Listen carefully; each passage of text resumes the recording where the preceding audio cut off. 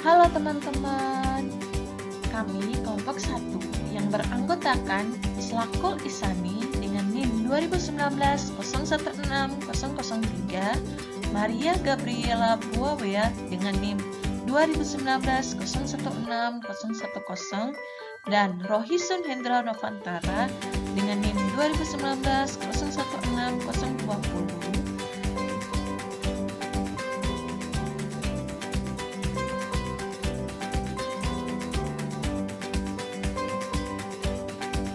Pada materi kali ini, kita akan membahas tentang konsep glikolisis, mulai dari pengertian, tahapan, dan hasil glikolisis.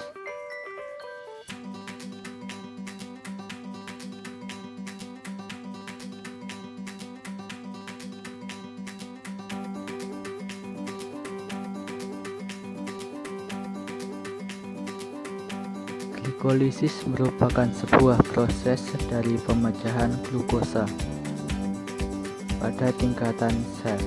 Pemecahan dari glukosa ini pada saat proses sedang berlangsung dengan cara sistematis menjadi bagian asam pirufat dan juga energi di dalam bentuk NADH dan juga ATP.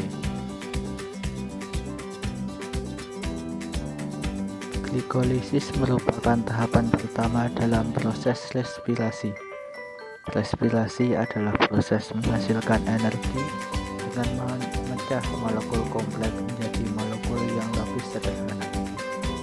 Respirasi sendiri dibagi menjadi dua, yaitu respirasi aerob dan respirasi anaerob. Teman-teman, pada proses glikolisis ini terjadi pada respirasi aerob. Respirasi aerob adalah sebuah reaksi katabolisme yang memerlukan suasana aerobik. Dengan proses keberadaan oksigen O2 sangat dibutuhkan yang menghasilkan energi dengan jumlah yang besar.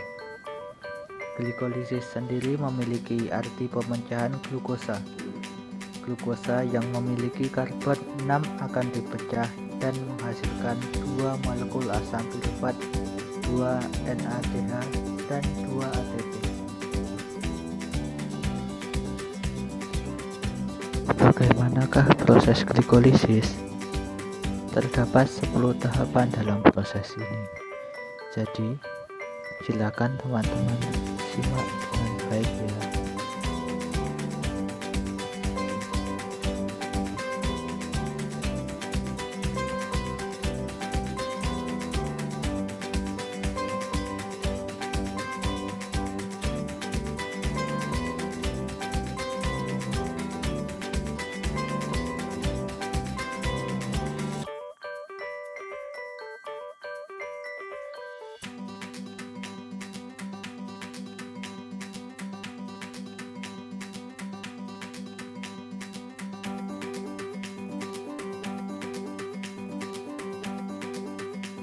Selanjutnya, pada tahap kedua, glukosa 6-fosfat akan diubah menjadi fruktosa 6-fosfat.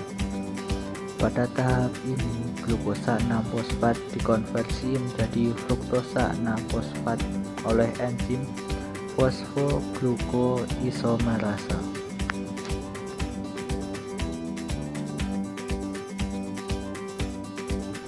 Tahap ketiga, fruktosa 6-fosfat diubah menjadi fruktosa 1,6-bifosfat.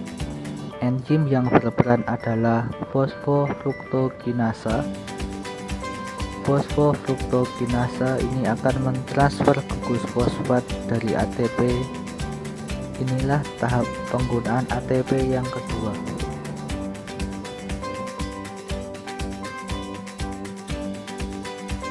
Selanjutnya, tahap yang keempat, enzim aldolasa memecah molekul fruktosa 1,6-bifosfat menjadi dua buah gula yang memiliki 3 karbon yang berbeda, yaitu menjadi dihidroksiaseton fosfat dan gliseraldehid 3-fosfat.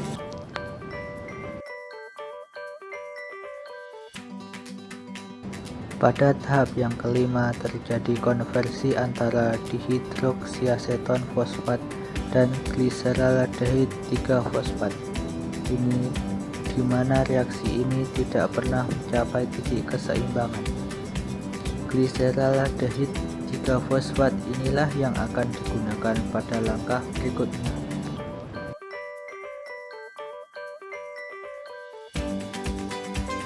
Selanjutnya, tahap yang ke-6, gliseraldehid 3-fosfat akan diubah menjadi 1,3 bifosfogliserat sebanyak 2 buah.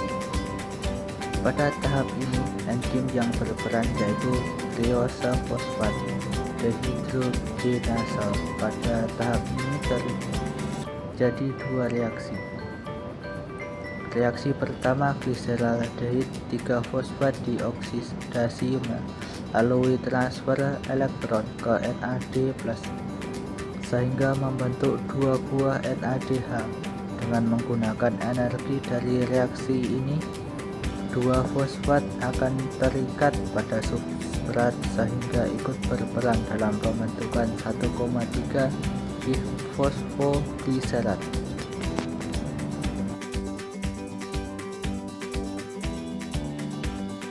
Selanjutnya, pada tahap ke-7, 1,3 bifosfogliserat akan diubah menjadi 3 fosfogliserat. Pada tahap ini, 2 fosfat akan ditransfer ke 2 ADP sehingga menghasilkan 2 buah ATP.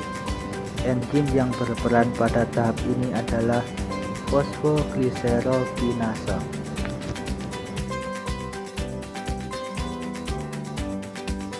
Tahap ke-8, 3 fosfogliserat akan diubah menjadi 2 fosfogliserat dengan bantuan enzim fosfogliserat mutase. Tahap yang ke-9, 2 fosfogliserat akan diubah menjadi fosfoenol pirufat atau PEP dengan bantuan enzim enolase.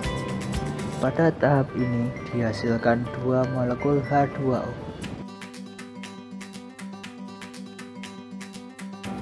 Tahap yang ke-10 yaitu PEP akan diubah menjadi 2 pirufat dengan enzim pirufat kinase. Pada tahap ini terjadi pembentukan ATP sebanyak 2 buah yang berasal dari ADP.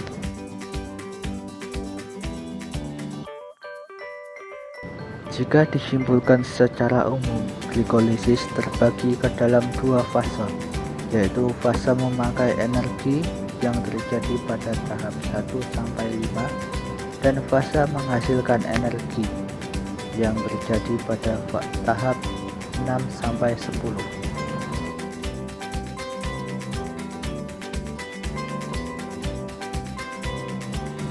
Hasil akhir dari glikolisis ini adalah 2 molekul asam pirufat, 2 molekul air, 2 molekul NADH, dan 2 molekul ATP. Sekian dari hasil kerja kelompok kami. Kurang lebihnya mohon maaf. Terima kasih. Salam.